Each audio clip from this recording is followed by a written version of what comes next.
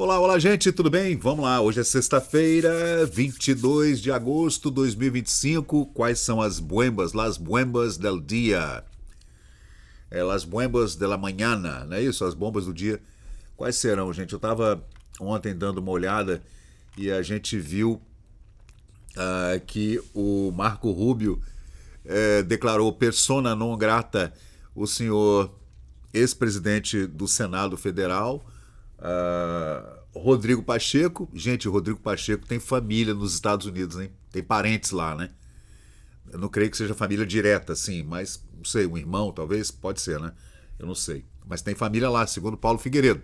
Aliás, ontem eu estava vendo o canal do Paulo Figueiredo, ele tem um programa chamado Paulo Figueiredo Show. E, gente, é incrível, né? O Paulo Figueiredo está pautando a imprensa brasileira.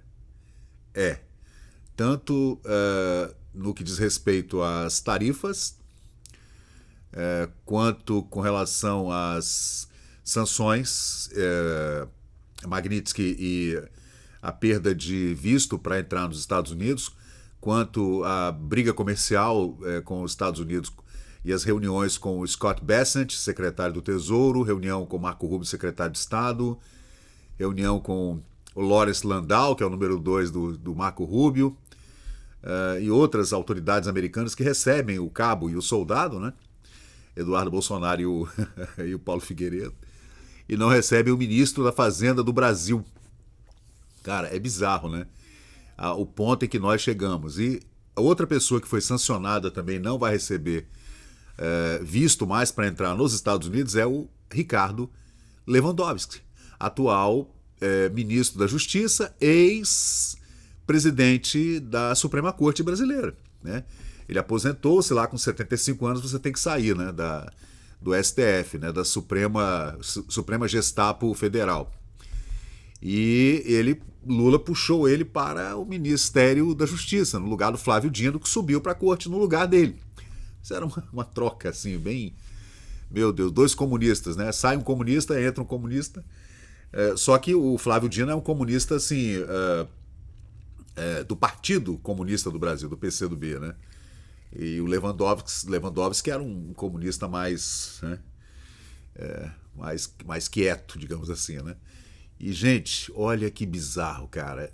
Mais duas pessoas sancionadas que não poderão mais entrar nos Estados Unidos enquanto durar a presidência do Trump. E a gente acredita que a força do Trump é tão grande nessa eleição do ano passado, porque ele foi eleito pelos delegados, foi eleito pelo voto direto da população, ainda conseguiu maioria no Senado e maioria na Câmara.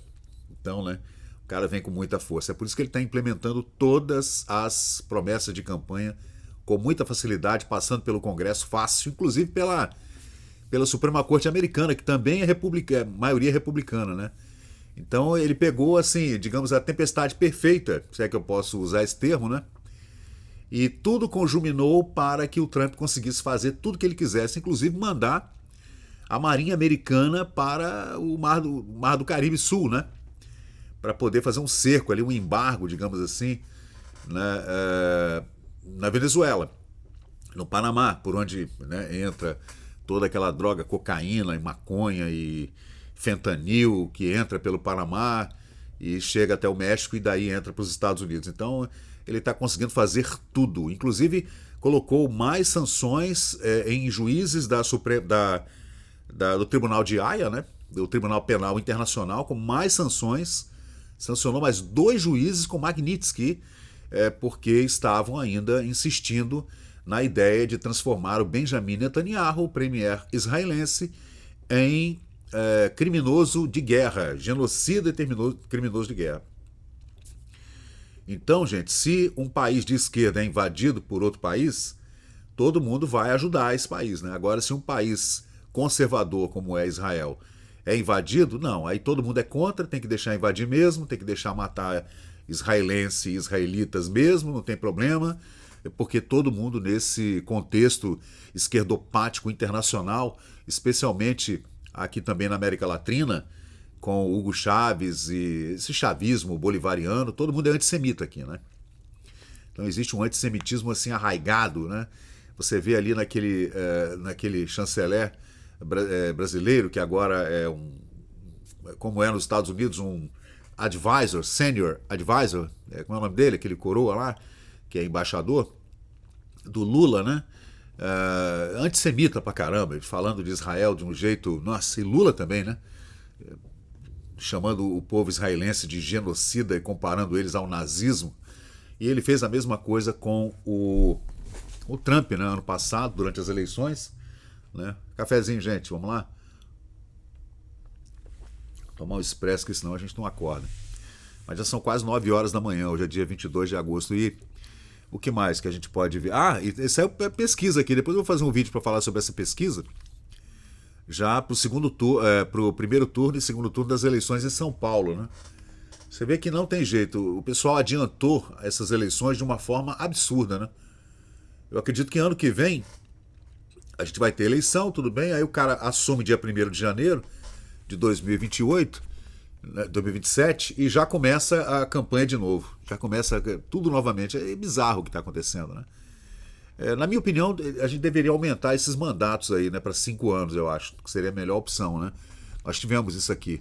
Antes o mandato era de 6 anos para presidente, depois passou para 5, Sarney foram 5, né? E depois a gente foi para o mandato de 4 anos. O Brasil já teve mandato de 5 anos também, 5 e 6, né? E para presidente, pelo menos. E porque 4 anos, gente, no primeiro ano o cara tá ali dirigindo a coisa, no último ano é campanha, e no penúltimo já é pré-campanha, então virou essa bagunça, né? Aí já estão falando, Érica Hilton para governadora de São Paulo. Érica Hilton, se você for eleita governadora de São Paulo, talvez você entre nos Estados Unidos, tá? Porque Érica Hilton, né? Que é Érica Vilton, né? Do Louis Vuitton, Érica Louis Vuitton. Felipe Neto e me irrita, Anitta, também podem perder os seus vistos para entrar nos Estados Unidos. Quem vai perder mais com isso, talvez seja a Anitta, porque a Anitta tem uma tal carreira internacional em Los Angeles. Coitada, coitadinha. Ela quer dar uma, sei lá, talvez uma de Jennifer Lopez, não sei, né? Tem que fazer um OnlyFans, bicho. Abre um OnlyFans aí, Anitta. E faz conteúdo adulto, que aí você vai bombar, cara. Né? Xvideos, RedTube, se bem que aqui no Brasil parece que vai. Agora você vai ter que meter sua cara para poder entrar no site de conteúdo adulto, tá? Depois do que a Câmara aprovou anteontem, gente. O Hugo Marmota conseguiu fazer uma aprovação relâmpago lá, por aclamação. Aí você vê aquela foto daquele monte de gente comunista ali na mesa diretora da Câmara. Cara, é muito brega, bicho, esse país. Meu Deus, como o Brasil é brega, gente. Também, né? É muito bolivarianismo. 30 anos de bolivarianismo deu nisso aí. E esses são os candidatos. Geraldo Chuchuquim. Qual é a chance que Geraldo Alckmin tem, cara? É bizarro, né? Aí tem Felipe Dávila, do Partido Novo. Você quer um bom candidato, com certeza. E Paulo Serra, do PSDB. Eles estão tentando trazer o filho do Serra de... Gente, o PSDB morreu. Acabou. Ainda mais em São Paulo, né? Tarcísio ganha fácil, cara, no primeiro turno, tá? É porque a campanha não começou, mas Geraldo Chuchuquim está em segundo lugar com 21% contra 43% do Geraldo Alckmin, do Tarcísio, né? Nessa pesquisa aí. O Tarcísio talvez venha para presidente, né? Não sei. Ou Eduardo Bolsonaro, se não tornarem ele inelegível, que é bem provável, né? Bem provável mesmo. E como é que tá lá na faixa de Gaza? Gente, Israel ontem começou as operações, né? De invasão para a tomada da faixa de Gaza definitiva. Aí tem a questão dos refugiados, o pessoal está querendo descer para o sul de Gaza para divisa com o Egito, achando, os refugiados, né? Achando que terá alguma proteção do governo egípcio. O governo egípcio falou que não vai deixar ninguém entrar lá. Porque o Israel faz divisa direta ali com o Egito, né? E é exatamente na faixa de Gaza a divisa. E o Egito já falou que lá não entra ninguém. São 2 milhões de habitantes que tem a faixa, e por incrível que pareça, né? É um lugar altamente insalubre, só tem escombros, né? Tudo demolido, detonado, não tem mais nada e o povo passando fome, uma coisa terrível. E tem que haver uma solução para isso aí, gente. Tem que haver uma solução. Não pode, essa guerra não tem que acabar. O problema são esses ataques terroristas, né? Quando está na negociação, ali chegando numa negociação, vai lá um cara e mata o premier israelense, né? Que aconteceu lá nos anos 90. Como era o nome dele mesmo? Esqueci agora. Esqueci o nome dele, que foi assassinado em Israel nos anos 2000, né? E aí escala toda a violência novamente, né? E a gente vê que tem que haver uma solução para esse impasse aí na faixa de Gaza, né?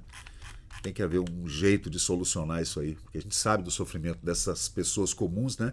Que não são nem terroristas, nem guerrilheiros, nem são... Né? É difícil, é muito difícil. Ao mesmo tempo que Israel também sofre com essa situação, né, de bombardeio, de ataque de todo lado. É o Iraque, é o Irã, é o Líbano, é o Egito, é a Síria, é a Jordânia. Só a Jordânia que não, né? O resto tá todo mundo atacando. É o pessoal que está no Iêmen atacando, na Arábia Saudita. Então é muito difícil, né? A situação de Israel também. Israel é só uma tripinha ali no meio, tentando se defender de 10 inimigos em volta. Com Hezbollah, Hamas, e Houthis, e vários ataques, Al-Qaeda e Irã bancando tudo.